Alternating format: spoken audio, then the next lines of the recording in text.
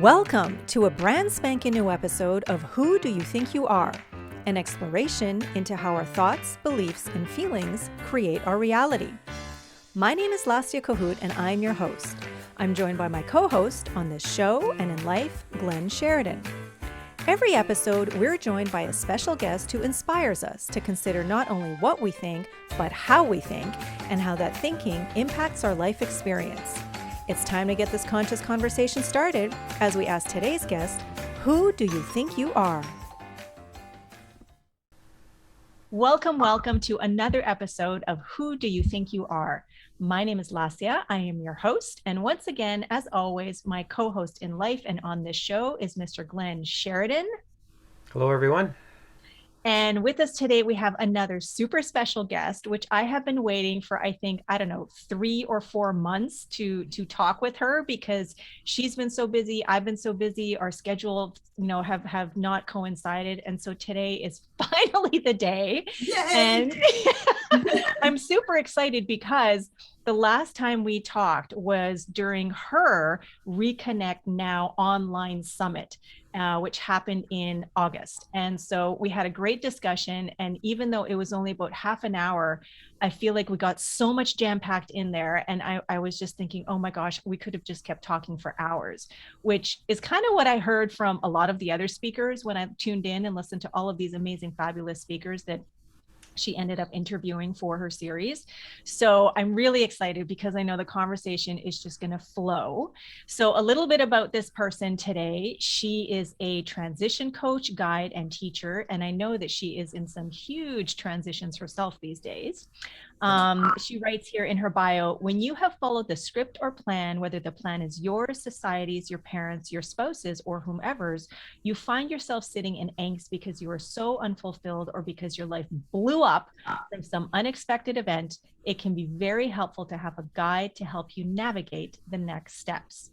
So she has been on her own spiritual journey for over 30 years with Native American, Celtic, Western, esoteric, Buddhist, Christian, and pagan teachers. She has created and been part of ceremonies for most of life's major and minor events. And she believes that when we experience major life events, we often handle them best when we have support and recognition of them. Not acknowledging these events can be painful and leave one feeling alone. Now, I know this person. I feel like I know her, even though I don't know very much about her, but there is a really strong connection, which I just love and am so grateful for already. And I am so excited to dive in and dig in and find out more about who this amazing, amazing being thinks she is. So without further ado, Treecia Ramey, tell us, who do you think you are? Am I allowed to say, in a certain sense, I have not a clue? There you go. Yeah, great. Go with that. I mean, I have lots of clues, but do I know? No, absolutely not. And then you can say, oftentimes people teach what they most need to learn. And I've had like literally different lives where my whole life would change or blow up. And, I thought I knew who I was in each of those instances. And then I got a little curveball thrown or a big curveball thrown. And I was like, okay, who am I really? And actually went into a lot of existential angst about it, right? I thought I knew, particularly when I was younger, I really thought I knew who I was. And with these curveballs thrown at me, it's made me really realize that I know who I am to some degree, but I did an interesting exercise recently, and it's more shadow work, and it was like, okay, are you a victim? Are you a perpetrator? Are you a leader? Are you a follower? And I mean, and it was like, the reality is I'm all those things. Yeah. There's very few things that I could say, nope, that's not me at all, if any. And I just think, who do I think I am? I think I'm going to that's a question that's going to be up in the air for the rest of my life. And in a certain way, that's kind of exciting. I like that question that's up in the air for the rest of your life. You know, when you just brought up all that stuff, you know, especially when you were just talking about the shadow work and, you know, this or that. I mean, the thing that came to my mind was what you just said was we're all of it. We're all of it. You know, we can be all of it or some of it or one of it at any given moment. And and that's the sort of the amazing part of it, is that we get to experience these different sides of ourselves. We get to experience these different things, you know, ways of being that we think, you know, is who we are, even though underneath it, behind all of it, is this one incredible sort of, I don't know if I want to use the word truth, but essence, I guess, that is who we really are. And I feel like that's part of that, you know, up in the air, you know, part of it is just like we're always endeavoring to reconnect, you know, back to Exactly. that truth or that essence, you know, of who we really are, even though we may think that this is who we are based on our circumstances, based on what we've believed until now, based on our relationship with someone, you know, based on the job we have, the amount of money we make, our age, whatever you want to label, you want to, you know, put in there.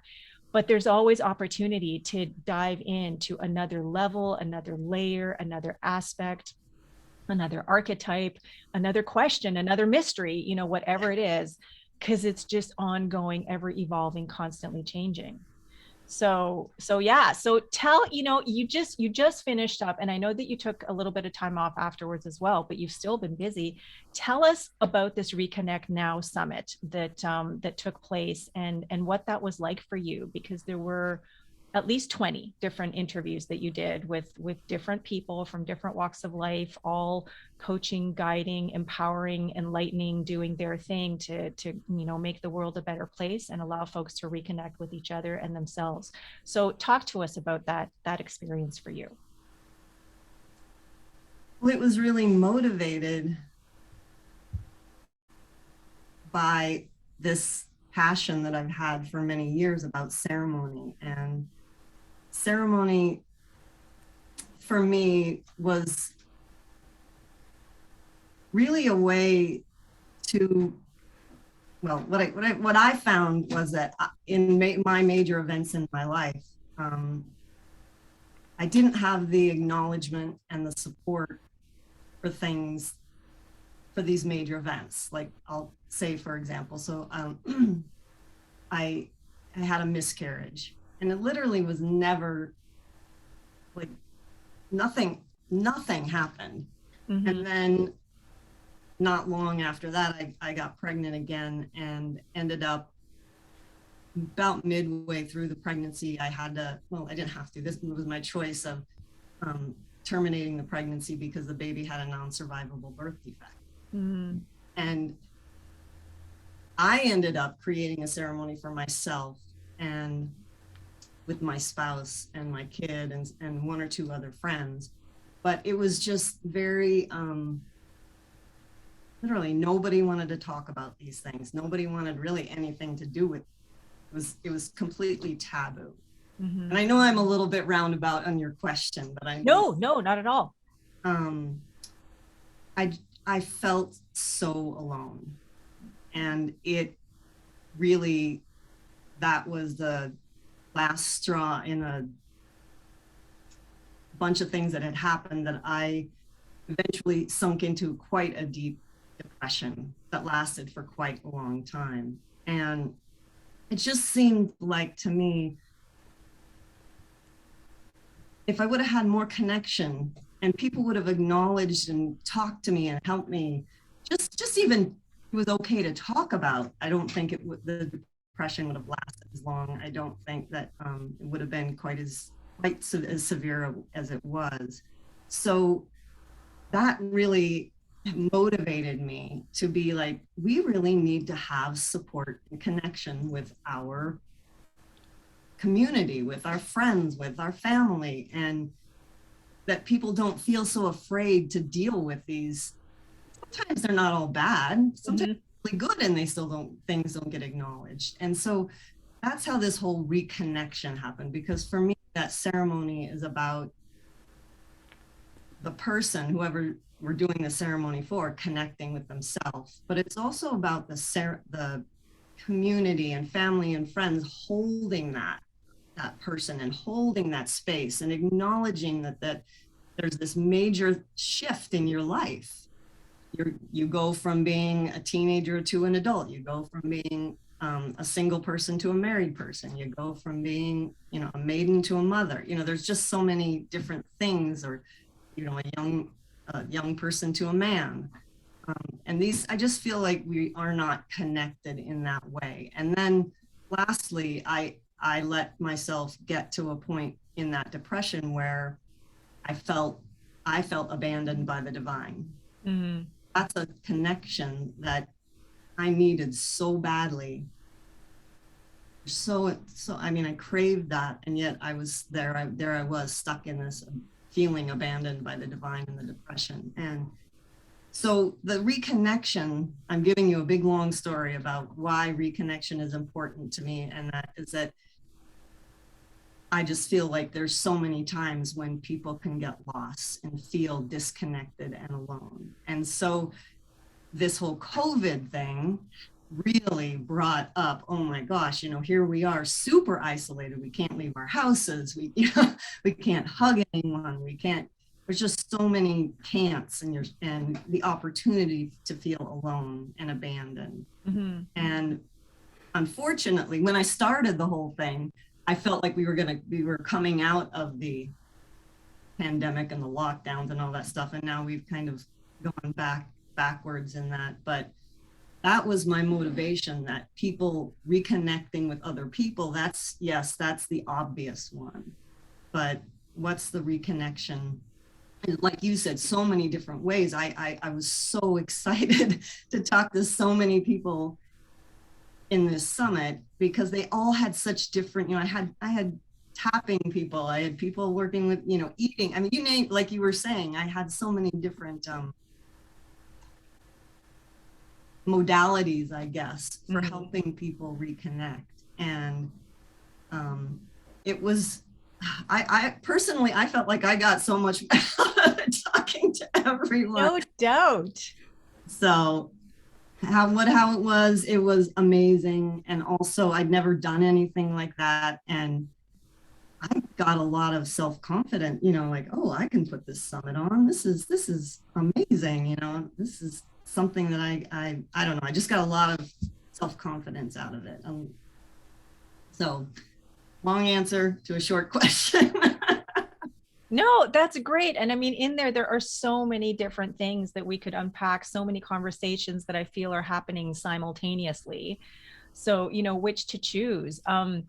I love that you talk so much about ceremony. I really do. I mean, I don't know what it is in me, but since I was little, I have always, I remember, as far back as I can remember, I have valued ritual and tradition and ceremony. And one of the things that in the last couple of years we have changed, but we will be going back to it this year, is that I have kept up the tradition of our Ukrainian Christmas Eve, or like Byzantine dinner, and where there are 12 specific dishes served in a specific order. It's just steeped in ritual and tradition. And there's this reverence and for life and living and community and connection. And there's a bit of magic thrown in there, because on Ukrainian Christmas Eve, animals are thought to be able to speak, and they're the ones who are fed first before anyone in the household gets fed. And they are thanked that night by being given a break from like doing the work that they normally do, by being milked, or whatever it is that they provide on the farm from the land, that kind of thing. And there are so many other things that I remember growing up with, where there was just all of this tradition and ritual and ceremony. And whether it was, and I guess for me, it was mostly cultural, but there are a few times in my life where I remember thinking, I wish there were something that could happen right now that could acknowledge what I just went through, whatever rite of passage, whatever transition, transformation, whether it was, seemingly negative or positive, but that there was something, that there could have been just more acknowledgement, that would have happened. And I know throughout, COVID, there have been a few times where stuff has happened where I'm like, that sucks, because like we can't do stuff that we're not able to, celebrate this in the way that we would celebrate it otherwise. And one of those was when I passed my exams and my oral practitioner studies or oral panels for spiritual practitioner studies. Nothing happened. Like nothing happened. I mean, I sent out an email, like telling the world, and people, emailed me back congratulating me and everything, but there was no standing on a stage. There was no being handed the license. There was no, commemorative thing, at my center here or, in Los Angeles, because I couldn't go down to Los Angeles. Right. And it was just like, for 4 years, I've been building up to this, and the ministers who graduated that year, they got a ceremony, with their mass and socially distanced and a dinner and whatever. And I have to say, I felt ripped off. And, couldn't get together with people. So we couldn't even have like a get together or a party kind of thing. And this was one of those things where honestly, Zoom just didn't cut it. And I think of, the kids who graduated grade 12 last year and the year before who didn't get a grad. That was my kid.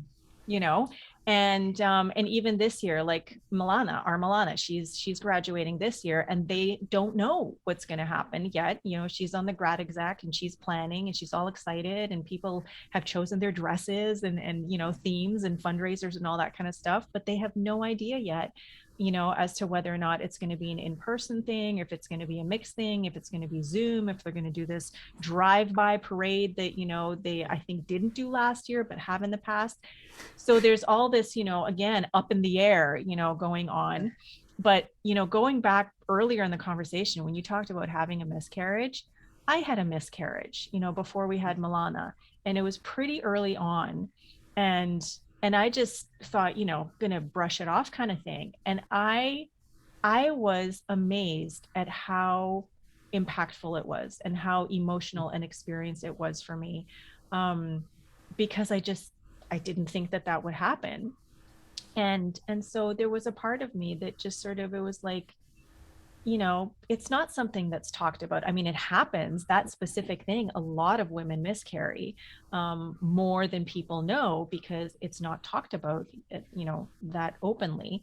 But I was just surprised at what an emotional experience it was, and how it was like, I just went through something, and it just kind of, happened, and that was it kind of thing.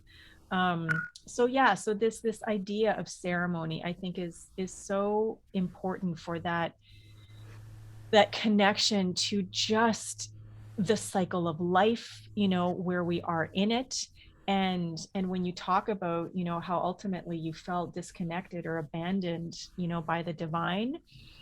I've heard so many times in our teaching, that the reason for any kind of disconnect, discord, dis-ease, just whatever is kind of seemingly wrong or hurts in life or whatever, it's the disconnection from source or the divine or God or spirit or universal consciousness, whatever you call it. It's that disconnect, feeling maybe that you've been abandoned by it, when the truth is it's always there and always active. And it's, it's that in us that is just like sort of waiting for us to come back to realizing that it's there, so that we can step back into it and, live from that once again. And sometimes, just like in your bio, it says, it's really tough to do it ourselves. And so we need the support and we need the guidance of someone else who is more aware, who is stronger, who's been on the journey for longer, who, is just more tuned in, tapped in, connected, however you want to put it. And so to know, I mean, you don't have to do it alone. Your journey is yours to take, but you don't have to do it alone. And so, it is so amazing that there are people like you out there to support people in that. So thank you. Well, thank you. I mean, that's the thing that I want to say. I don't think it's that your family, your friends, the people don't want to help you or support you. They just don't know how. Yeah. And when you don't know how, then you say, okay, well, okay, I don't know what to do, and then move on. And it's one of the people that I actually interviewed. She wrote a book about depression and addiction, and the book was specifically for the family and friends and community of people in addiction, not for the people in addiction. They were like, it was literally, here are things to do. Here is a perspective to see from. Here is, do you know? I mean, you're talking about Andrea? Yeah. Yeah, Andrea Arling. Yeah. Well, no, this lady wrote a book. Her name is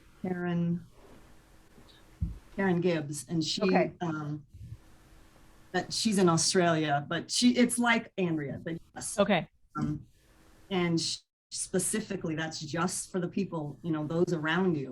What do I do? Because I think it's hard for the person in the midst of those events to ask for what they need, and they may not even know what they need or want. And B, people don't know how to respond. And, in our culture, when you're going to get married, you go out and you get drunk. You're going to have a baby, you put bows on their head and measure the lady's belly with toilet paper. I mean, these are attempts, right, to acknowledge these events. These are attempts to have a ritual and a ceremony. It's just that it doesn't speak to the threshold that we're going through in ourselves and in our lives. And we just missed, we don't know how to do it. I always tell this one story. I was watching a TV show a long time ago. It's one of those shows, I can't remember the name of it, where they go and they're in Alaska and they hunt for crabs, or they go out on ships for crabs. Okay. So I don't know. It's a bunch of men, occasionally a woman, who go out on ships out into the sea in the Bering Strait, and they hunt crabs. And it's just not anything you would ever think of ceremony. And they show on this one show that it's a family boat, and the dad has died.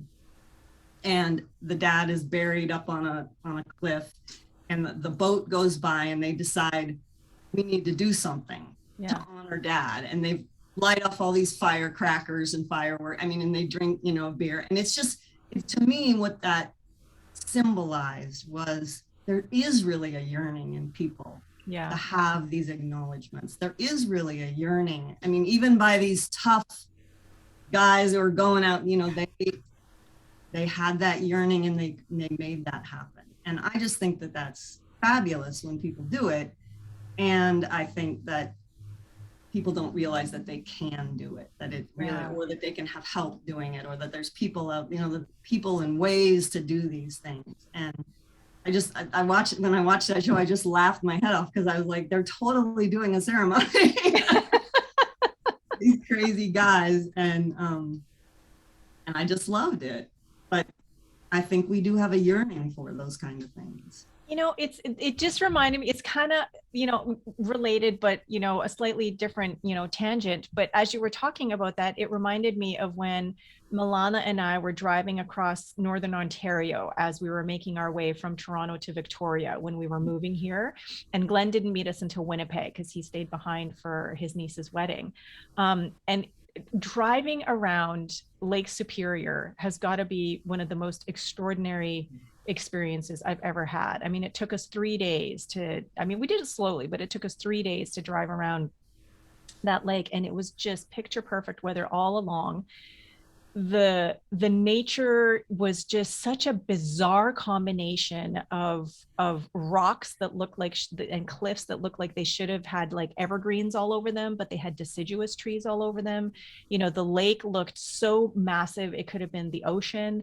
The roads, just were weaving and winding up and down and throughout, and it was gorgeous. And there were all these inukshuks that were on either side of the road that people had, like climbed out of their cars or whatever, and like built them along the way, sort of pointing the way. Now, like the Trans-Canada Highway is like, it's a highway, like there's no mistaking where you're going on the highway.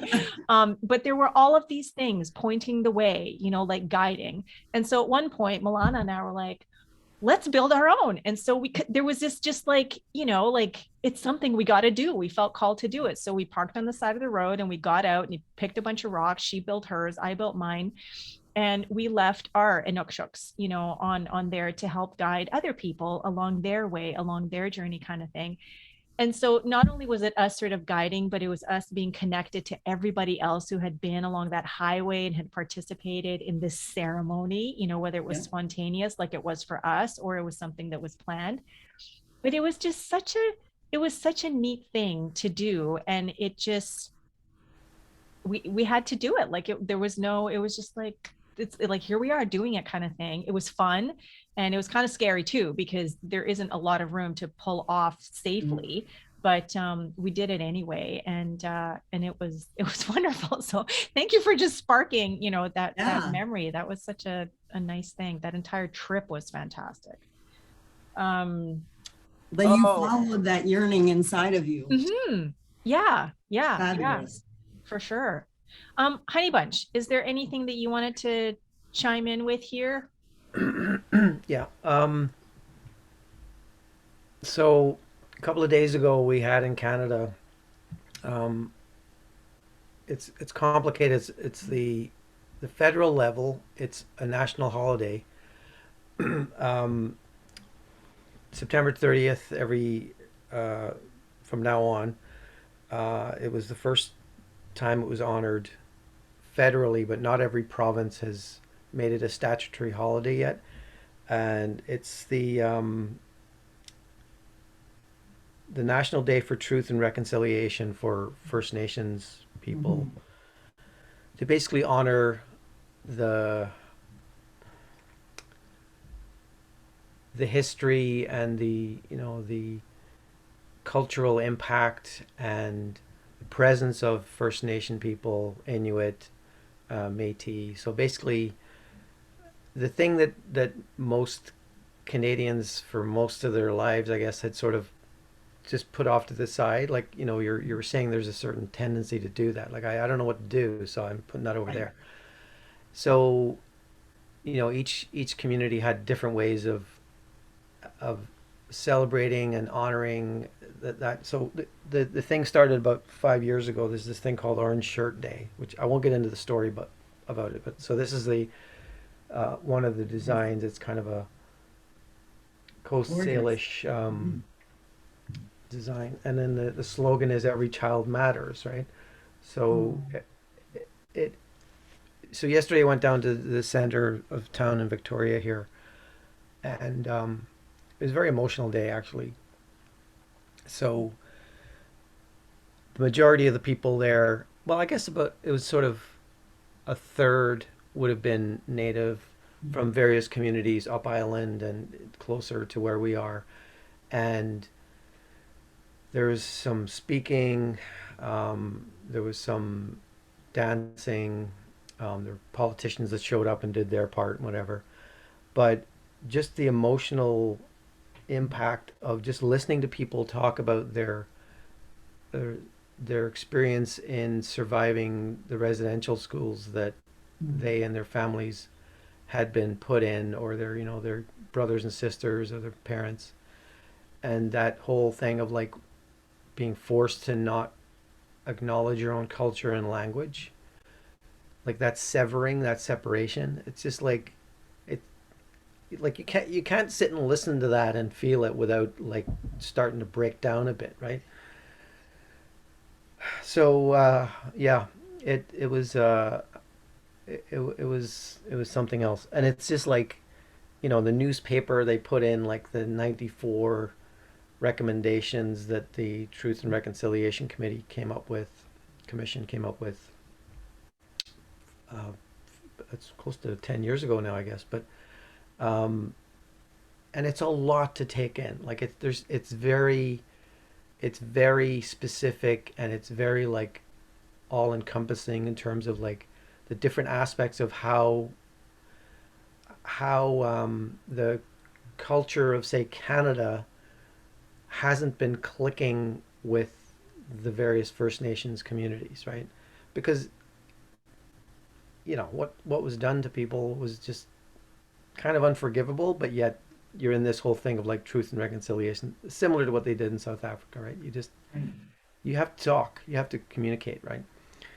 So, and I know I'm going off topic here, but it's just like that thing of ceremony, like just a honoring people, just listening and closing your eyes, or watching dancing, or listen to a drum, like a heartbeat of the earth kind of thing represented as the drum.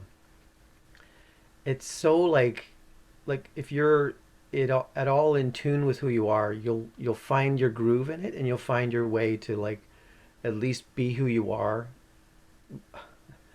while being uncomfortable, right? Being going through that. And it's like I think for most Western people, what has kind of happened is that our kind of pagan roots have been severed, Mm-hmm. where like when we talk about, like a couple of podcasts ago we were talking to a person about the Judeo-Christian values that are being impacted right now with the COVID response with various governments, like, and how our rights are being like just stamped on and whatever. But like that whole notion comes from pagan roots, like Western people, for example, before we even get to North America. Um, the knowledge keepers were people like Plato and Seneca and Marcus Aurelius, and people who are exploring science and this kind of thing, and mathematics and language and science. All of those things were from a pagan perspective, and there was a god, there was a spiritual element to it. Right. And it's been like, okay, we don't really talk about what they believed, they were just thanks for what they came up with. But it's like, no, I think we need to drag some of that stuff back, and these attempts that we make to kind of reconnect with in a broken fashion, but like you're saying, having your community, building your village, building your um, tribe of like, whether it's in a family setting, or just in work, or in people that you're reaching out to even online these days. You're doing it because you need to be part of that to give, and you need to be part of that to receive when you're in need, right? And I think that's like you know, people are starting to realize that kind of things. Like, there's only so much you can glean from an episode of a TV show or a movie that's supposed to like touch on Right. these elements, these eternal kind of themes of loss and rebirth and renewal, and just. But at least people are doing it now. Like, people are finding their own ways to be to sort of come out of their comfort zone, and like, just, okay, I didn't know I could do that, but I'm glad I was there for that person, or I'm really glad they were there for my sister, or whatever. So thank you for what you're doing, because obviously you're like making the spokes on the wheel. You're kind of making it more like, they're stronger, but it's like anyone can kind of pick up on what your teachers who interacted with you on the summit, they'll get something out of it, right? Like Right. the tapping thing, and the Dr. Pearl's reconnection stuff. It's like really good. That's from my perspective. I only know a little bit of what you talked about, but yeah. So thank you. Well, I thank you for bringing that up, because I mean, I'm kind of happy. I mean, I pay attention. I'm in the States, and so it's, Mm-hmm. I'm really been on NPR and some other things. I've been actually hearing about what's going on up there, with the mass graves that was found, and the reconciliation that was going on, and ones that we're finding down here as well in the States. But I think it's an odd thing. Like, I can to some degree understand the horror is so immense. It's just, there's so much horror that people can't, they can, but they feel like they can't handle it. But when you can put something together like this, like a national day, and people are out there dancing and singing and speaking, it doesn't make the horror less. I mean, it's always going to be that horror, but at the same time, you can face it, and you have other people with you that are facing it. And so when I feel and other people feel like, oh, it's just too much horror, having it actually in a group setting, and I'm going to call it ritual or ceremony or, you know, an acknowledgement day, it makes it tolerable. I don't mean tolerable like tolerating the horror, but being able to feel the horror and move through it and not have to feel like you're stuck in it by yourself, sitting in your room, hearing about this horror and going, I'm just going to push it over there. That's just too much for me. So I've just, that's fat. I've been hearing about this, what's going on up there in Canada, and I'm just really grateful that that's happening. And I wish that we could do a better job of it down here in the States, because the horror is immense and overwhelming, and Yeah. I don't want to get stuck on the horror. Yeah, I know. The interesting thing that happened too was, which again, it helps to like find, it helps as a reminder that it's not about what's happening out there and what people are doing or not doing out there. It's up to me to figure out who I am and what can I do, you know, how can I be better, I guess. Right. And being a better person Right. automatically strengthens the whole fabric, you know. So, I mean, the news that broke like the day before the 30th, the prime minister was in Ottawa, and he was doing some events that were kind of in that tone that was sort of like, oh, this is, you know, respectful and like being involved and whatever. But the actual day, it was discovered he was flown to Tofino and the West Coast here to have a family vacation on that day. And he said apparently he was going to be calling survivors of the residential schools from the plane. But so like that, like the people I work with who are native, they were just like, you know, whatever. Like that's, what do you do? That's like a typical thing that politicians do, but it's Right. like, it's like a blatant thing. So obviously it's like, don't get sucked into it, because it's like, it doesn't matter what certain people are doing or not doing, really, in the end. It's you, right? So Right. who are you? What do you want to do? What do you feel you can, what are you led to do from spirit, and what, or is he just going to say, I can do nothing, I'm out? In Right. which case, okay, but yeah, it's just a weird, it's a weird thing. I think people are becoming a little bit less shocked by what happens in the media. So it's almost like it's a good thing that that say politicians are acting a certain way, and there's just such obvious kind of hypocrisy and whatever. You think, yeah, I'm not get sucked into that. That's not an emotion I want to get involved with. So I'll Yeah. just go over here and read a book. You know. You know, can I just want to offer something, you know, to your point, Glenn. um, but before Treecia, you know, earlier in the conversation, when you were talking about the shadow work, I mean, this kind of makes me think of, this is something that is happening right now, and it's not the first time and it's not the only time, but say even just this Truth and Reconciliation Day, you know, which was the first official one, even though it was happening on what Orange Shirt Day has been for the last 5 years, that it's an opportunity as people come together to look at the dark sides, to look at the shadows, to, you know, to sort of step in and just say, you know, like, acknowledge this is what happened, and not necessarily say, you know, especially for people who weren't around then, that I had a part in this and what's my part in this, but to acknowledge that it happened, to be present for, you know, how it is being observed right now, you know, through the newer ceremonies, and to even look at, why am I feeling triggered, you know, when I hear in the news that our prime minister wasn't actually at any event on the first day that these things were happening?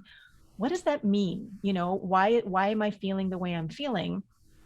Because like, really, I mean, people will find something to gripe about, you know, on a pretty regular basis when it comes to our government. and especially on the heels of an election that really a lot of people say just shouldn't have happened because the results were pretty much identical, the day after as they were the day leading up to it. $600 million spent, was it a good way to spend money? Who knows? I mean, the way that Milana and I observed Truth and Reconciliation Day was we sat down and watched a documentary created by Ellen Page when she was still Ellen Page, where she went back to her home province of Nova Scotia and went to 3 different communities that were impacted by either water filtration or treatment plants or garbage dumps, and how over the decades people had gotten sick, because of this, and the government just, hadn't been doing anything. There was a Black community that was impacted by a garbage dump, and then there were 2 First Nations areas that were impacted by this water, not even treatment, just expulsion of something called effluent, which I had never even heard of until I watched this documentary. And it was just gross. It was heinous. It was unconscionable. It was just like, how could anyone think that this was okay on any level?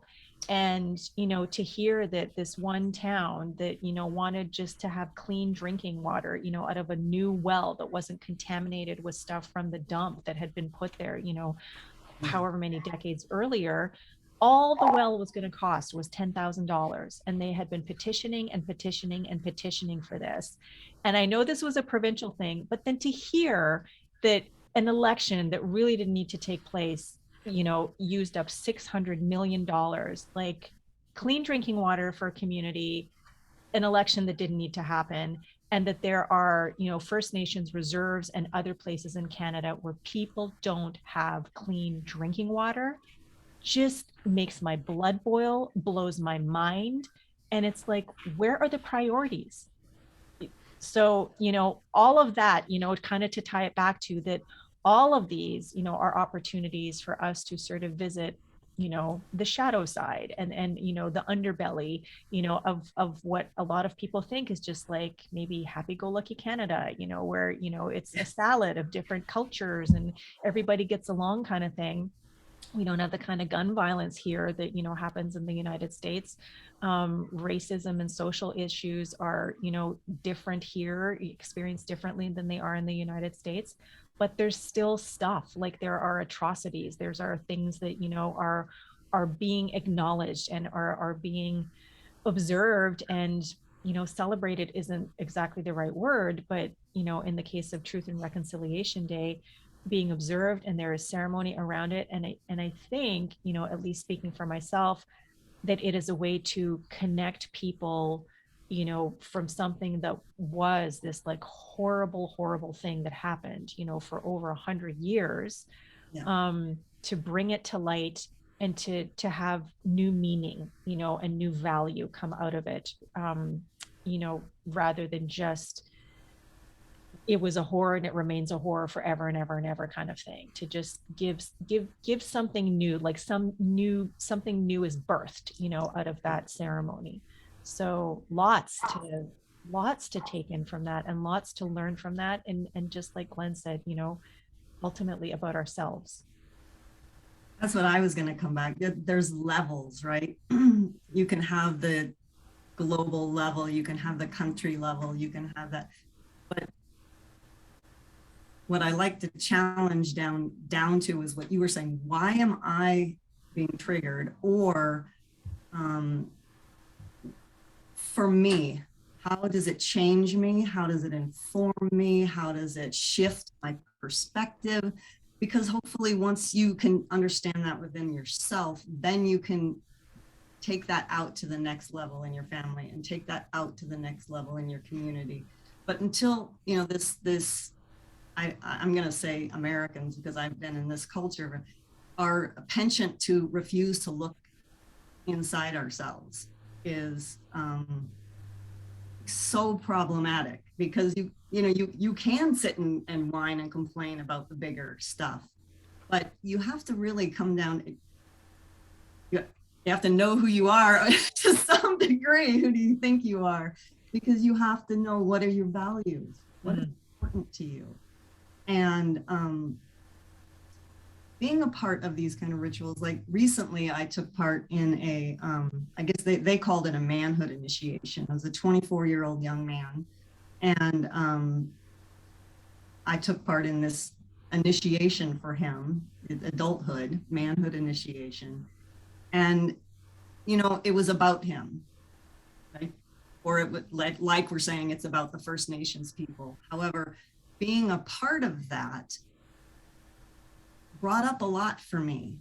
Like I started thinking about me and who I am and how my life was not acknowledged. You know, I didn't go through any kind of adulthood rite of ceremony or anything. And it's just when you can stop long enough and participate in a ceremony, gathering, whatever you want to call it, ritual, and you take the time to look inside yourself, it can really change who you are or bolster who you are, right? You know who you are. You're a person who believes these things and integrity, and these are your values. And being a part of it reminds you of who you are, and not only who you are, but you, again, your connection to all the different rings and to the divine, to the spirit, whatever you want to call it, to God. If you can take the time, and that's kind of another thing that I think about ritual and ceremony, is it's a set aside time, like the day, we picked that day for the Truth and Reconciliation Day, you know, if you, it put everything else away and focus on that, it strangely enough allows you to move past it or integrate it in or make it a part. And that's the thing that I think sometimes we really miss. And I was just so grateful to be a part of this manhood initiation ceremony, because it was about a young man and the men were doing it, but the women were also there. Mm-hmm. It wasn't leaving any of the women. I mean, we were actually took part of being guides for this young man. And the whole thing was fabulous. And I've done many of these. And it just reminded me to also, it's not just for him, it's for all of us. Yeah. Ceremony. And so that to me, it's not just for the First Nations people, it's for all of us to get a different perspective. And that's, you know, I do ceremony, but I also, one of the things that I have come to really understand a little bit better is that it's really helpful when you spend a little more time up front creating and setting that,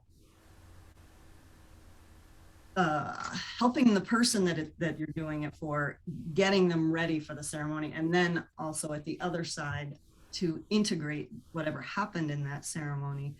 And I was just not thinking about it, but till you just said it, but that's even for the participants, that's important. And mm-hmm. You know, we do, and sometimes we haven't. And what I've seen is a whole talk, I don't know, I can't think of the word afterwards, but it's a talk down afterwards and coming back, not just after that moment, but like a few days later to then what happened inside of you, integrate that happening. And just like, I mean, I think it's good that Glenn is bringing this up. It's still working on that integration of what happened on that day and working through those emotions. And so they're not stuck and shoved down in a box. And that's how we get to where we are, where we can, these atrocities, we just do them and move on. I'm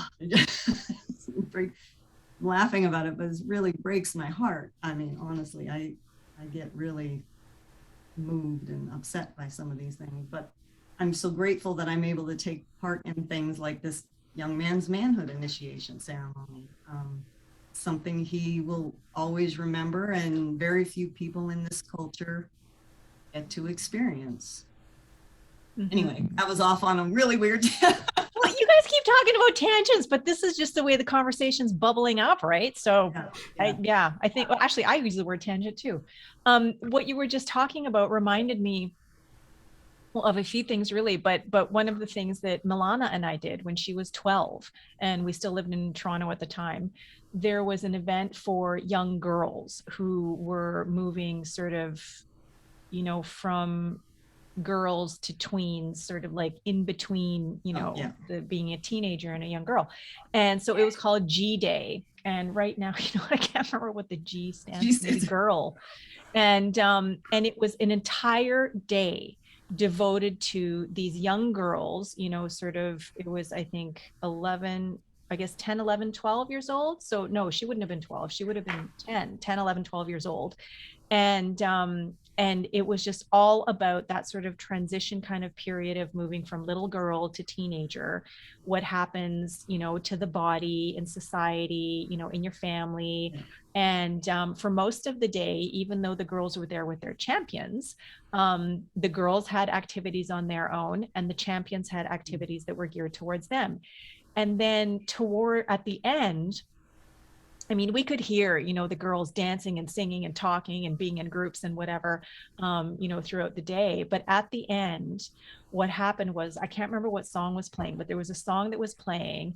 All the girls had laid down on the floor all over, the event room with their eyes closed. And then all the champions walked in, and we had been given hearts that we were supposed to write something inspirational on. And we just went and put the heart down beside, we weren't supposed to put it beside our own kid, and put down these hearts, and then went and sat in a circle, around all the girls. I'm getting goosebumps and tears just talking about this because it was so moving. So we sat in a circle, just, like loving them and holding space for them, and just knowing how incredibly powerful and amazing and resilient they are. And then they were told to, get up and just choose the heart, just whatever heart spoke to them around them, and that was theirs to keep. And then they came, and, hugs and tears and whatever. And oh my God, it was extraordinary. And talk about empowering and, just inspirational and connection and honoring and holding space and love and like all of it. It was just amazing, just extraordinary.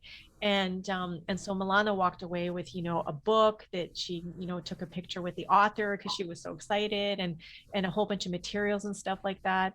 And so, when the day, kind of finally came, when she actually did get her period, at first she was like, I'm not ready. Yeah. But then she went back to her stuff, and she, looked in the book and whatever. And by the end of the day, she was like, okay. And we had a celebratory dinner. It was like, what kind of dessert do you want to get? Yeah. And just whatever she wanted to do, to like honor that this was happening, that this transition, was taking place. And then she decided who she wanted to share the news with and who she didn't. And it took a while, before she told her friends about it. But every adult that she told, to their credit, was like, oh my God, congratulations. Thank you for sharing your news with me, which was so different from my experience, Oh yeah. When I got mine the first time. Oh yeah. So it just, like, talk about, empowerment and the power of ceremony, and just acknowledgement and holding space, and just being connected to what's happening, in our bodies, with our feelings, and, just like with the people around us to support and guide us. I just feel so honored, that I was able to be there to support her and guide her through that, and to have that incredible experience with two of her best friends and their moms, something that we, hold as this amazing memory, together, even as adults, from that one incredible, amazing day. So yeah, thank you for that reminder. Fabulous. Wow. Yeah. That's just so grateful that happened. Yeah. That there's, for all the people out there who are doing these kind of things. And yeah. And I mean, the reason that it happened was really neat, because I wanted to take her and these two friends to a store called Red Tent Sisters on the Danforth. And when I called, they were closed, like they had closed down. And so when I looked on the website and I phoned, the other number, then I said, oh yeah, no, we're closed now. And so, I mean, that sounds so great that you wanted to come in and have the girls, you know, like explore and talk and ask questions and stuff like that. But there's this event that a friend of ours, you know, from Vancouver is putting on, maybe you'd like to attend it. And that's how we ended up getting to that event, which was just Wow. phenomenal. So, so yeah, and there would, I can't remember what the other thing was now that I wanted to. Oh, the getting ready for the journey. When you were just talking, or sorry, that's what I was thinking in my mind.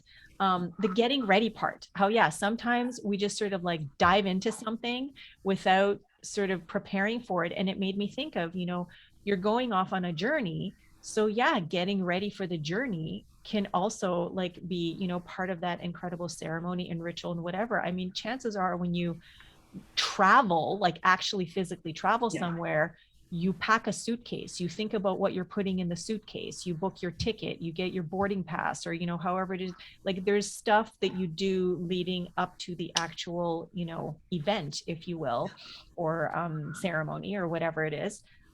So yeah, so preparing for it, I think, yeah, that's an amazing point to make, that there's, you know, creating time for that to, or in order to like be real, you know, as ready as you can be for the actual event, the ceremony, the journey, you know, the transformation, whatever it is, has is just as important as, you know, the actual thing that you're going to go through. So thank you for that. Yeah, and also like you just said about, you know, when she actually got her period, and then she, you know, that you continued that a little bit, and she went back and maybe looked at, I don't know, the heart or whatever she looked at, but it made me think about, I traveled around the world with my husband at the time for a year, and I can't, the lessons and things that we learned, and just the entire shift of perspective of traveling around, backpacking around. We wrote in a journal almost every day. And that whole thing was a pilgrimage, right, that happened. But having that journal to go back to, because I'll be thinking about something, and I'll just try and remember certain things, and I can't remember them, and being able to go back through my journal to look at the things that I wanted to remember about each of these different, I mean, sometimes, no, it was a day, okay, we rode on the bus today. You know, there's not always, but there was definitely times when I wanted to make sure that I wrote in that journal, and that now I can go back and be reminded of something that really did change my life, my perspective, who I am, you know. Having that ability to go back is also really helpful. That you don't just have the event. I mean, and the event is amazing. Don't get me wrong. Things happen and shifts happen, but sometimes you need a little bolstering. And it's really interesting that you say that, because right now I am running 2 challenges concurrently. One is about, one started, you know, and then a week and a half later, the other one started. And part of this challenge, I am recording a daily message that then goes into their inbox, you know, at 7 in the morning. And so every day, and what I decided to do was, because I thought when it comes to eating well and being well, there are so many things that I could talk about. So I needed to anchor myself in something. And so I decided to use the alphabet. And every day I'm just going letter by letter. And somehow I missed the letter H, but going letter by letter. And so some days, like, I know exactly what I'm going to write about. And then other days I'm like, I don't know. But at the end of every single one, where there's sort of like continue with your homework, then there is, you know, set aside time, you know, every day to just listen to the daily messages, to make time for yourself. And then a few days ago, I actually said, check in with your intention for the challenge. You know, the intention that the you from 2.5 weeks ago made. Does it still work for you? Does it still fit for you? Go over everything that you've written, because they've been journaling every single day, tons of different things, and see, because you're not the same you that you were, you know, a minute ago, never mind 2.5 weeks ago. So, you know, I'm not saying like read it all sort of, but just like go over it and see what comes up for you, because maybe there needs to be a tweak or a shift or something like that. Maybe it's still like totally fine, great, but either way, like there's no hard and fast rule that you have to stick with what you decided 2.5 weeks ago and keep going with that if there's something else that is, more resonant right now, because they have all had insights and ahas come up in just the 2.5 weeks. So yeah, it's it just goes to sort of speak to how like we're continually changing, continually evolving, and going back to look at where we've been can help us to just keep moving in the direction that we really want to go in, which isn't always a straight line, like Yeah. or like spiral, or ebb and flow, whatever. So yeah, but man, that would be really neat, I would think, to look in that journal from your travels for a year. Yeah, it's amazing. Amazing. Really, that was one. I mean, there have been a lot of different events, but I mean, it's not an event. It is an event, but it was more than a year long, and it just allowing me to really, I don't want to discount social norms and things that for each of these various countries and all that, but for the most part, I came out of that going, people are people. We want our kids to be safe. We want to have enough food for our family. We want to be healthy. We want to be safe and healthy and happy. And it doesn't really matter where you are. And this whole thing of separating, these people are this way and these people are this other way. It just shattered all that. It really, really allowed me to just see that people are people. And even if they don't agree with what they're saying and all that stuff, when I can get down to, they want to be happy, they want to be safe, they want to be healthy, they want food, they want shelter, and just being able to see people that way, to really see us as more alike than different, shifted my life, and was a great gift when I started dealing with my kid who texts me and says I'm a trans, and then go through the whole process of where they are now at 20 as a non-binary. They identify as non-binary, but just really being able to say, there's a lot of other personal things that I can say about that whole thing, but my kid just wants to be happy. My kid just wants to be healthy. My kid just wants to be loved, and when you can look at people that way, not being scared by somebody who's trans or gay or whatever, or a different background than you have, and just say they want to be happy, they want to be healthy, they want to be loved, they want to be safe. I mean, it makes me able to be so much more compassionate and understanding, I think. Yeah, compassion. Compassion. these days, I mean, always, but that's something that I am endeavoring to really, really just sink into more so right now, just because of so much strife that is apparent here. And here. All over, but I mean, my immediate experience is, here. And there's a lot of polarization, there's a lot of divisiveness, there's a lot of us against them mentality going on right now. And I am talking COVID, I'm talking vaccines, I'm talking passports. And so I was reminded when I was in a prayer session last week, when I was just really sort of not at my wit's end, but feeling that disconnect, like really sort of pulling, and just, I needed support. I needed support from one of my prayer partners to just, bitch slap me back, as she would say, back into alignment. And the reminder, like our teacher always says, love only, forgive everything, remember who you are. It's the remember who you are part. And when you remember who you are, or no, when you love, yeah, when you remember who you are, then like there's nothing to forgive and just everything is love. Um, but sometimes, and even though I don't sort of consciously do this, sometimes, the reminder is remember who they are too. And not in terms of like they as in other people are separate from me, but they is a reflection of me. And so to remember that everything you just said, like everybody wants to feel safe, to feel happy, to be loved, to feel connected on some level. And even in all of these just, judgmental, you know, critical, opinionated times, that still underneath all of those judgments, criticisms, and opinions is love.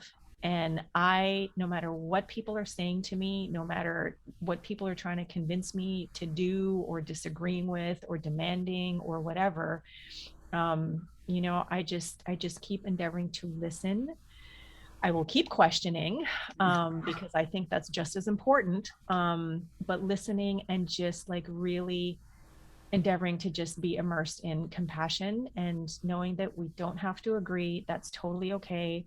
Um, and just know that, I am you, you are me. And underneath all of the BS, bullshit, or belief systems, whichever way you want to go, there is love. Ultimately underneath it all there is love, and to just create from and as that, because it can be so easy right now to get caught up in all the stuff that's going on around me, which I totally have a hand in creating. So Right. what am I going to choose? Absolutely. Glenn, what's going Yes. on up there in that corner? Yeah. What's going on, Well, Glenn? I as you were starting to talk about menstruation in young women, I thought that was a good time for me to step into the library and look at some books. So that's the honorable thing for a man to do. Oh my God. Ha ha Okay. ha. Grown. What did you Um, find What did you no, find? in the you have to library? wait. You'll have to wait and see. Yeah. Well, now is as good a time as any. Come No, on. There must have I been something in there you want to.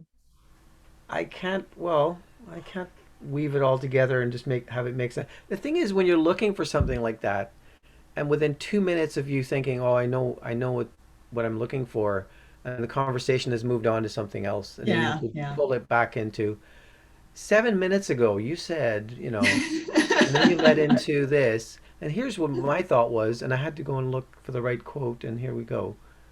Doesn't work.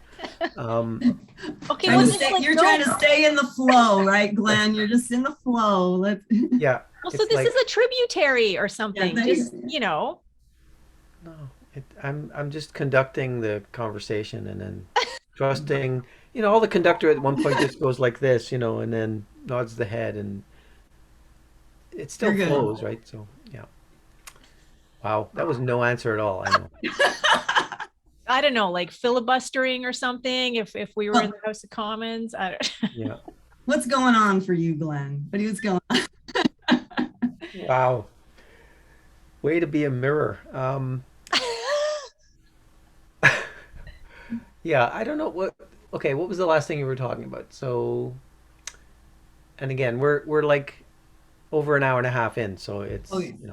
it's sort of winding down, I guess. But No, like, well, close. Remember, we started after 9:30, oh, right, we not started at 9. 9:30. I'm so used to starting at 9. It's like, okay, Oh, yeah. yeah, Sorry about that. I had yeah, an no, no, event.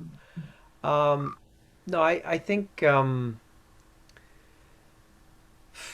okay, yeah, the compassion thing and just honoring people. I'm interested to know what the background of that um the ceremony for manhood thing, like that's a worldwide cultural um reality that for most of humanity's experience has been, well, that's just what we do, but yet it's done at different times. It's done at Right. 13, or it's so many seasons or whatever. But the issue now of being a man, I'm trying to figure out what's the best way to land here.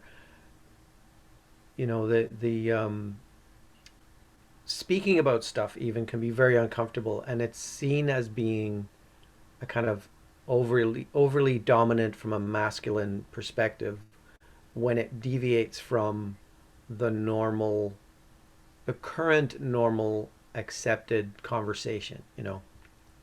So, like for example, I was looking at um, a bit of a news thing yesterday, and it was from the States, and it was a some sort of Senate committee thing, and it was on. I think it was on in the Texas abortion bill was the overall um, discussion subject, and they had people like Gloria Steinem talking, and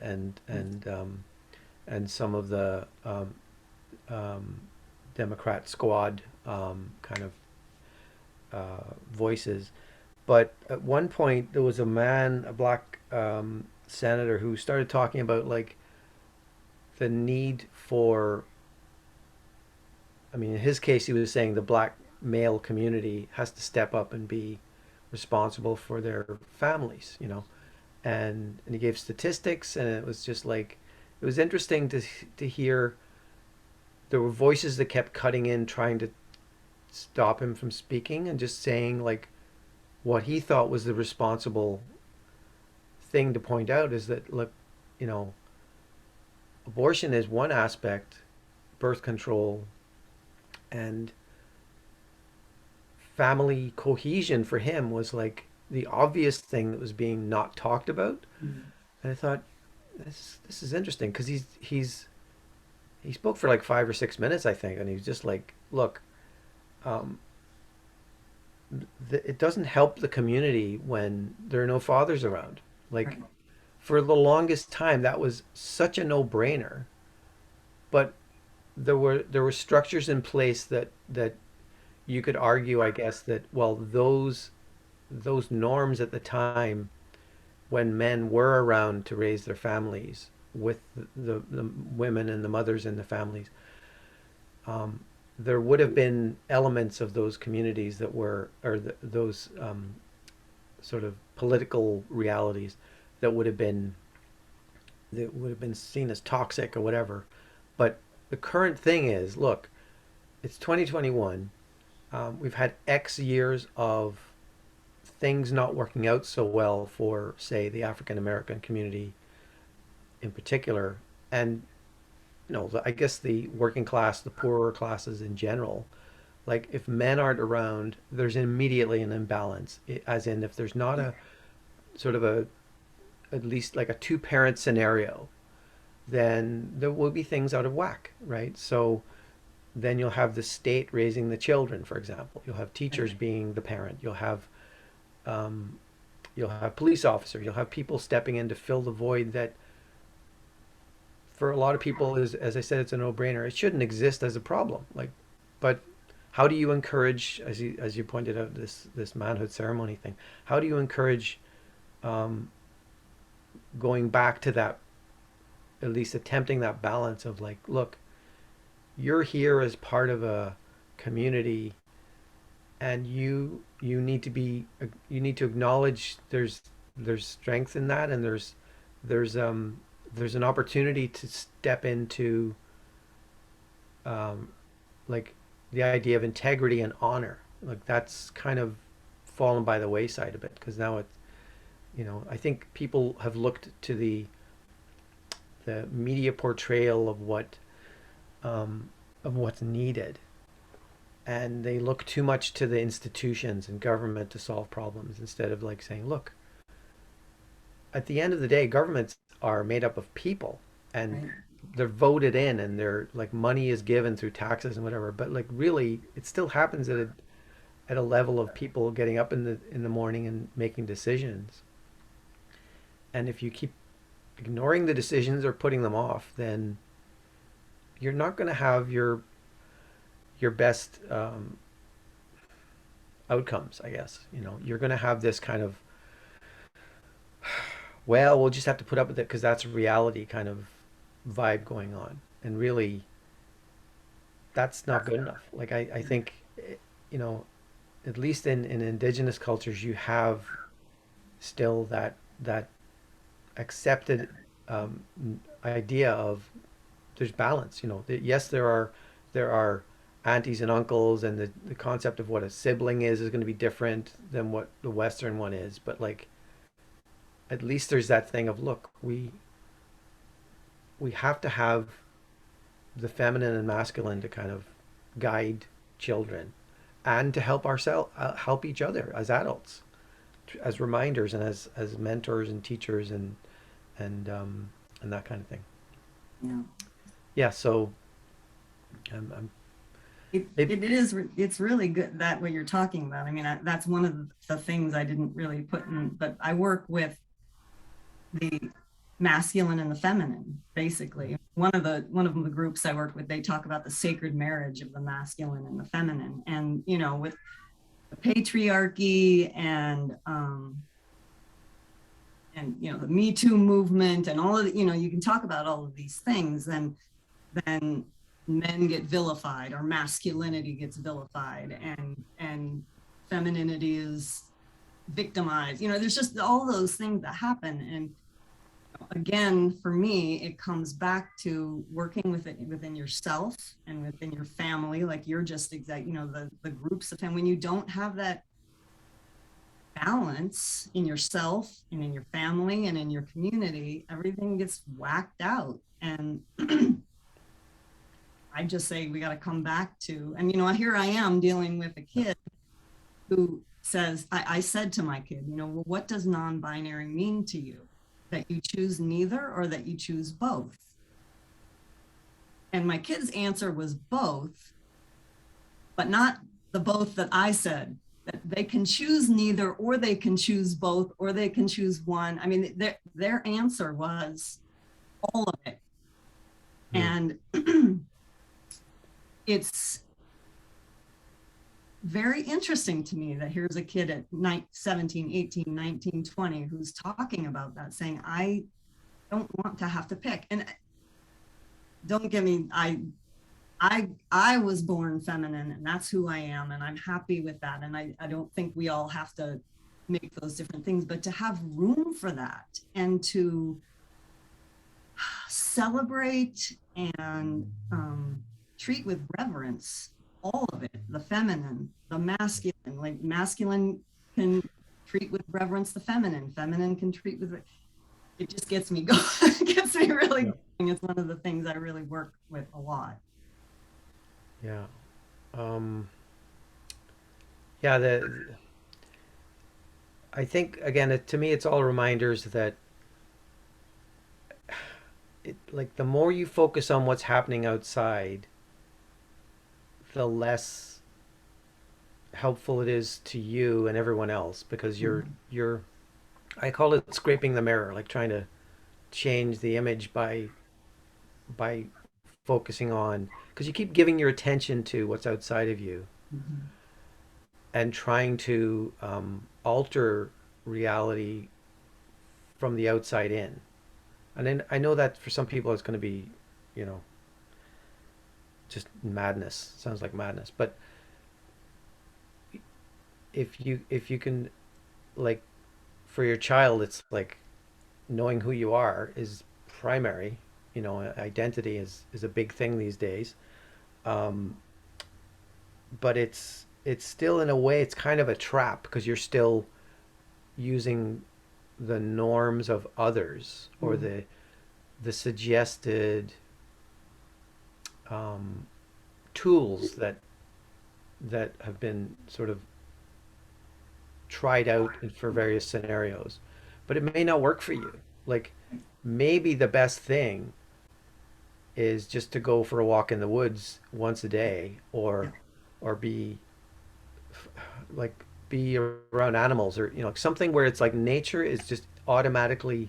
cycling through you, instead of like trying to be the good person on a certain set of standards that many people have said, you know, that's the way to do it, because it may not work in the end for the person trying to navigate that, because it's like it worked for them, but you're not them, right?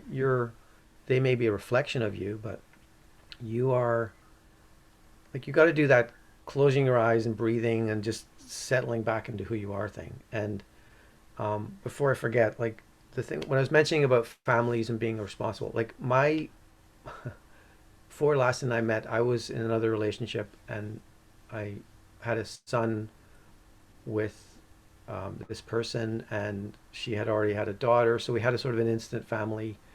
Um, and I feel like I've abandoned that. Like, I was very young, so that's, you could say that's a reason or an excuse, but I still don't feel that it's settled in me that I did the right things or I was strong enough or that kind of thing. But of course, well, ultimately it's the relationship you're having with the partner that it's either working or it isn't, and you can either work it out or you can't.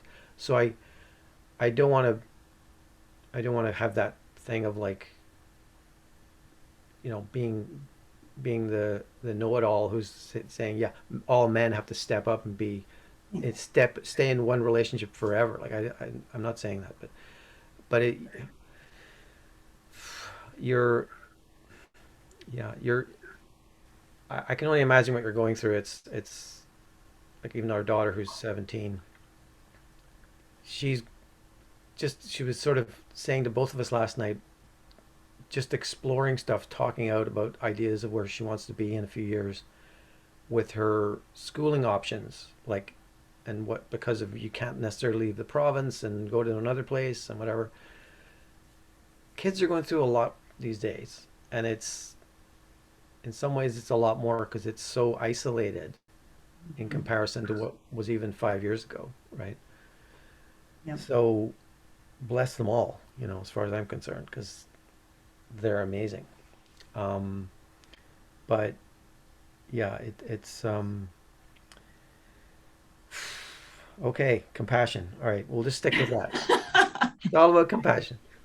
Can I Yeah. just can I just add something, because a few things came up for me as you guys were talking. And so just going back, sort of, Treecia, when you were talking about your child, and the choosing, with saying both. I mean, the way you answered to me just reminded me of the four valued logic of the quantum, where, this, that, both, neither. And in all of that, infinite possibilities. And then, Glenn, and we've had these conversations many times about language and identity, and just the way language is changing and being used, and how a word that meant something, like 2 years ago, it's completely different now, just because there are people who are feeling like it's too restrictive, it's too insulting, it's too, degrading in some way. So we got to, like, tweak the meaning, as we go, kind of thing. And so the idea of trying to be something new within the confines of, a system, or meanings, or descriptions, or definitions of days of yore, right up until this moment. But that, I think, is challenging for everyone, like the person who is being something new, for, the people around them who are experiencing this newness that is unfamiliar to them, as sort of observers and connected to this person, to the society that, the people around them, are in, to the institutions and all that kind of stuff. And so it's just, like, it's no wonder that there is just so much transition on so many levels that is taking place. It's just people, families, systems, institutions, cultures, like, busting out of, the comfort zone, which I'm sure has happened before and will happen again, because things are always changing. We're always changing. Like, things are always evolving. Even if it feels like, things are imploding and devolving, it's turning into something new, and something else is being birthed in the process. So I I think I thank you for bringing this up, and thank you for, sharing a little bit about your family and your relationship, with your child. Because I know, even with Milana, just the number of conversations that we have had over the years, because of people in her friend circle, and just I don't know what to call so and so. I don't know how to talk to so and so about this, or now it's like totally fine. Things in movies and shows and that kind of stuff. I mean, it's just there's so much to think about, and I guess for me the only thing, or the one thing that I really really really would sort of trust and know and hope for is that people continue to question, people continue to not just say, okay, so and so said something, so that's the way it's going to be, whether it's an institution or a government or faculty or whatever sort of thing. That the critical thinking continues to be alive and well, and people use their brains and their minds to ask questions, to challenge, and not just automatically flip to sort of victim perpetrator mentality, which there is a lot of too. So yeah, like a big juicy topic that could just explode. But yeah, those are a couple of things that came to mind for me. Well, to just bring it all back to the very, very beginning of the conversation, it's like the people that I work with are people who have bought a script, and it could be their own. They said, oh, I need to do this, and this is what's going to make me happy. Or it could be society, or it could be your family, or it could be even your kids telling you who and what you have to be.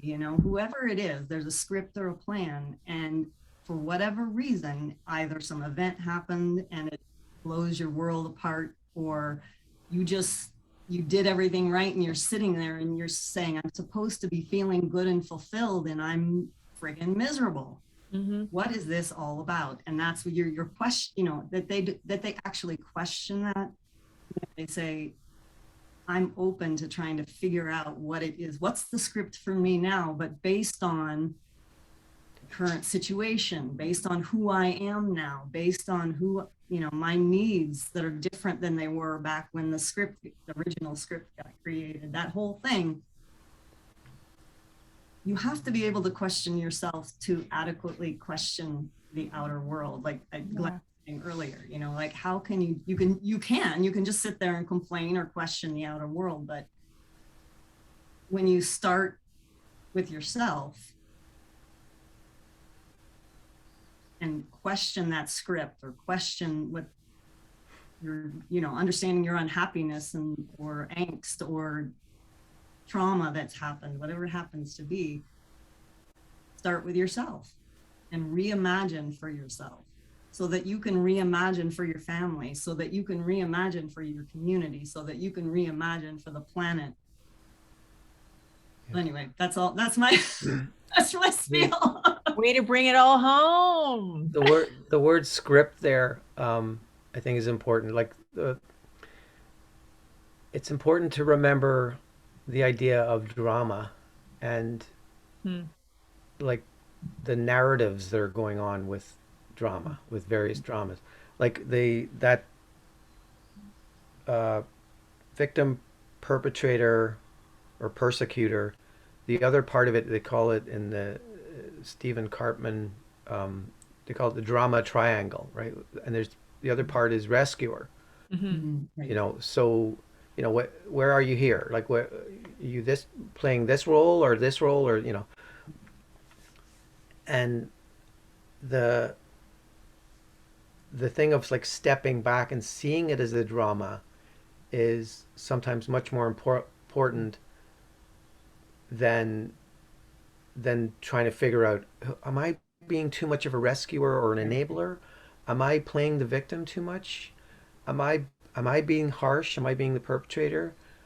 To go, wait a minute, am I the guy in the audience, like noticing that this is just a temporary play going on? It's play. It's literally play. It's the universe dancing and being, God being kind of playful and getting dark and getting light. It's like the waves, like coming. They're like the sea is dark, and then there's a crescent wave coming, and it's there's light there, right?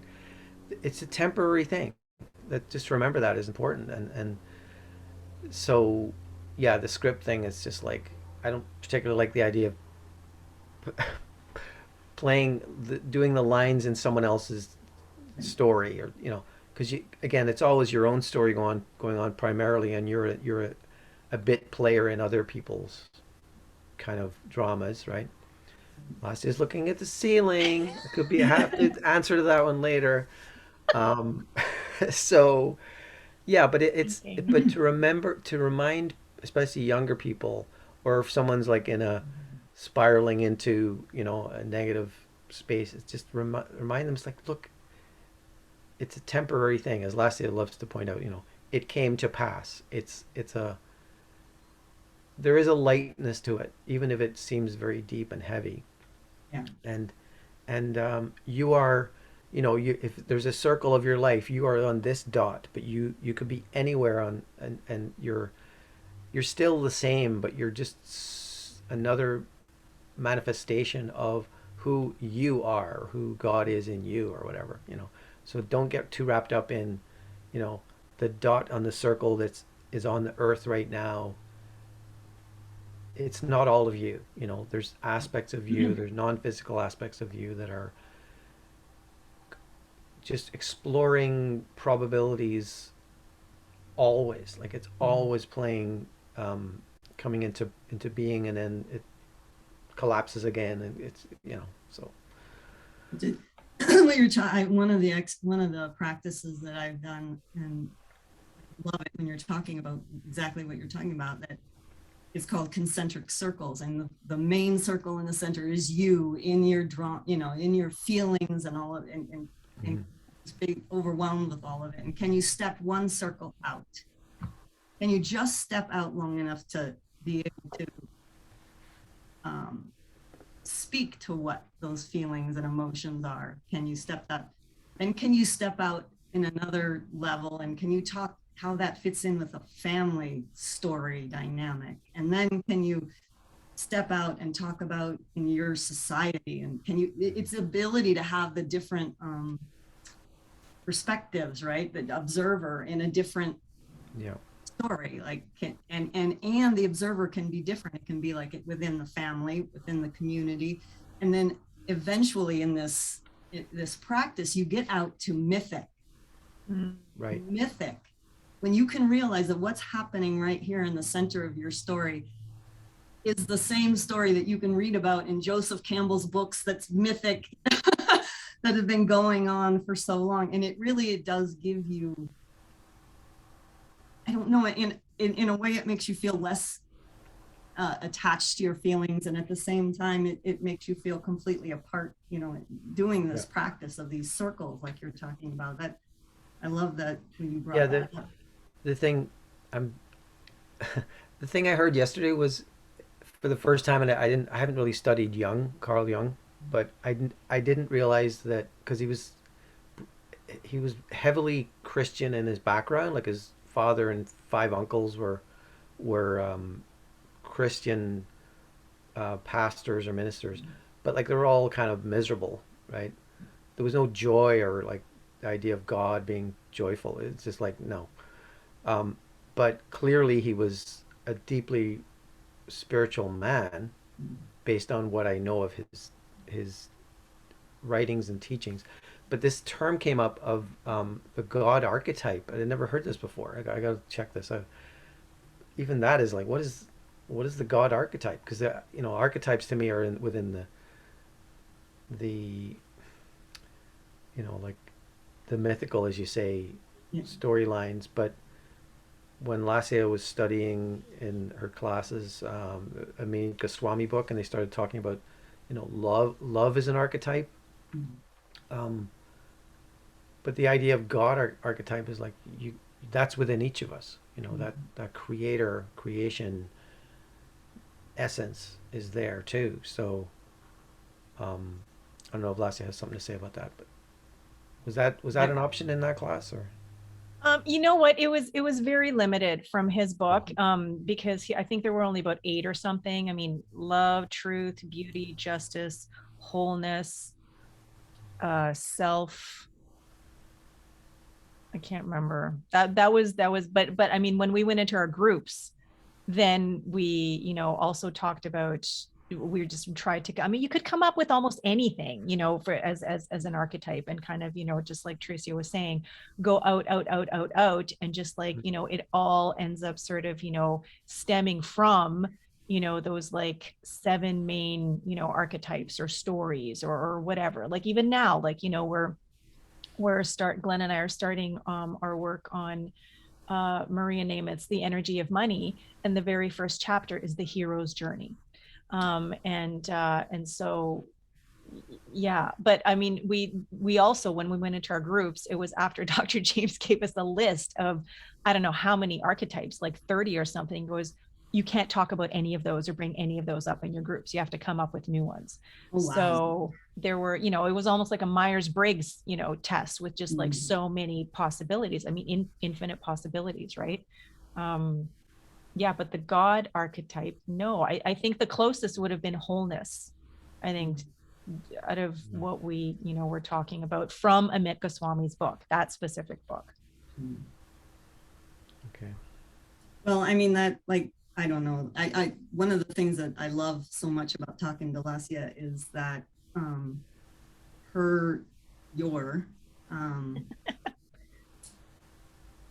don't know, I guess I would say deep conviction.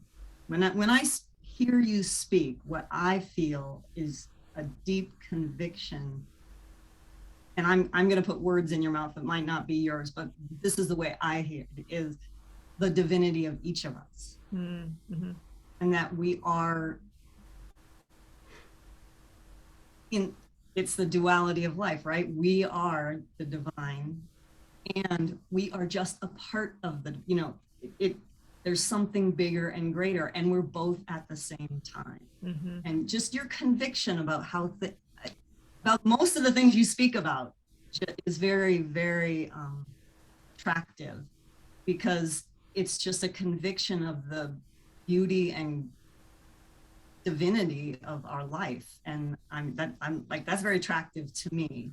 And I think, I don't know how other people interpret words that you say, but that's the way I do. And it just gives me hope, gives me joy. So I just want to say thank you for that, because it's inspiring.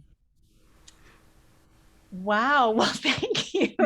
I just felt my heart explode there, just like feeling that incredible, amazing, I'm going to go with divine intertwinglement that, is in action all the time, just like really feeling that, interconnectivity with you there. And thank you. That was beautiful to hear. And I'm so grateful and just delighted and filled with joy, and just really appreciate hearing that. That was like a little ceremony right there. So thank you. And you know what? I mean, that is how I feel. And those words were just fine. I mean, and it's interesting because when we were reading Paul Levy's The Quantum Revelation, towards the end of the book, he uses the word divine, and it just kind of seemingly comes out of nowhere. And that sparked a huge conversation in our class that Thursday when we were going through those chapters. And a lot of people were kind of, it rubbed them the wrong way. It's like, that's a little too old school. There's a little too much, like a specific connotation there of what the divine is, and wanted to move into something more current, more expansive, maybe something maybe more scientific sounding that would resonate, or be more accessible with more people. And for me, it was like, whoa, Paul Levy used the word divine. How cool is that? Because that's a word that I haven't felt very comfortable with for most of my life. And so to sort of see him use it, and I don't remember the context anymore, but to see him use it, and, just as he's talking about quantum physics and spirituality and the convergence, and how do we how do we live from the infinite possibilities of the quantum while still rooted in physical or Newtonian reality? That's the question. That's like vision and envision and just like treat all you want kind of thing, but ultimately you still got to step into action. You still got to like move kind of thing and do stuff, because even though we are all these unique original expressions of God, spirit, source, the divine, universal mind, consciousness, the infinite potentiality of the quantum field, whatever works for you, right. we are expressing as we're expressing, as these human beings, that are reflecting and reflective of each other. And it's just, to me, it is so exciting. And I'm so grateful that I stepped into the teachings of the science of mind when I did, and just sort of was open to the idea that I am creating my reality, that I am responsible for my life experience, and that I'm also accountable for my choices, because not only do they affect me, but they affect others around me. But ultimately, especially after dabbling in quantum physics for the last year, that we're always at a brand spanking new now moment. We're always in a brand new opportunity to create a different life experience now. Every single moment, the universe is being refreshed and rebooted anew, as so are we, because we're part and parcel of that. And it's just we're so powerful. Like, we're so incredibly powerful and creative. And if we could all just live from and as that, what which is not to say that we're not, because everybody's living from where they are right now, at their level of awareness, at their level of consciousness. And I guess the challenge for me, especially in the last few weeks with what has happened for me personally and sort of in our communities, is to remain moving forward, spiraling upward, whatever, like continuing to just challenge and break out of the comfort zone, and to not get dragged down into circumstances and opinions and judgments and criticisms of those around me, while still remembering that not only am I God, they are too. So all of it and more. And more. Okay, honey bunch, go ahead, do your thing, but come back, because we are going to finish up, because I actually have a session with someone. Yeah, I know. So, we can talk girl talk now. No. Oh, what's he doing now? Is he? Oh, he just needed a minute to go and get something, and then he's going to Okay. come right back. But he didn't mute himself. That's interesting. Anyway, Right. so this has been so great, so lovely to catch up with you, and I really feel like we could keep on talking, because I we're just know. I going. know. So I know, we'll plan another date where we'll just like have a conversation and hang out. Right. Let's just chat and see. I want to hear how your challenges are going. And I'll tell you. I mean, this is like, people might as well hear too. They're great, and you know what? It is so wonderful for me, and just amazing surprise, because as I was finishing up writing my book, I didn't write about it, but I was starting to feel that I really missed being immersed in the world of food and eating and dietary and lifestyle choices, and supporting people in making new choices in order to live, just a better quality of life, to experience a better quality of life, to create a better, life experience for themselves. And so I was talking with someone one day, and it ended up being almost like an integrative nutrition health coaching session. And then I just thought, oh my God, why don't I just do something? And so this Eat Well, Be Well challenge, which was very loosely based on a 12-week program that I had created when I was still in Toronto, just bubbled up. And I mean, talk about, just like being in tune and aligned and just, in the flow kind of thing. It just came up, And what was even like more interesting was most of it was promoted while I was away in Edmonton, when we went to Edmonton to celebrate my mom's 75th birthday. And when I came back, there were some people interested for the in-person one, and then there were people interested in the online one, because in the online one there are people that are, from here, from LA, from Toronto, and so not only different places but different time zones. And it has been so cool to just be this like Sherpa, as people are going through this journey, while I'm journeying, at the same time, and what I'm going through, to just see the ahas and the insights and the, oh my God, I can change, I have it in me to make different choices, and what they're discovering just through journaling, every single day, what they're eating, how they're feeling, how they're moving, how they're breathing, because we're into the breath part of it now. And it's not so much of like, eat this, don't eat this. It's like building awareness, building awareness so that they have a better understanding of the thinking that got them here, so that they can now change their minds and move in a different trajectory. And constantly checking in, like I said earlier, just constantly checking in, and like check in with the big intention and see if it still works for you. And it brings me so much joy when they say, I did this happened for me here, I experienced this. Or even a couple of people have said, I'm not really sure this is the right fit for me. Totally fine. But then still manage to like, something lands for them, and they're like, whoa, okay, and move forward. So it's just been fantastic to be connected to people in that way, because most of the work I've done in the last couple of years has been one-on-one, which I do really enjoy too, and get so much out of it. But to work with a group is just, it's been so exciting and fun. And I'm just, I'm their guide, their cheerleader, and then even writing and recording these daily messages to educate, inspire, and activate, which, the feedback has been really good on those. It's been fantastic. So I look forward to doing it again in January, a bit more refined, and maybe even through a platform rather than just, through emails right now.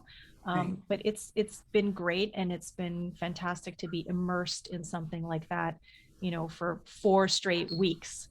So yeah, it's been wonderful. Good job. Yeah. Mm-hmm.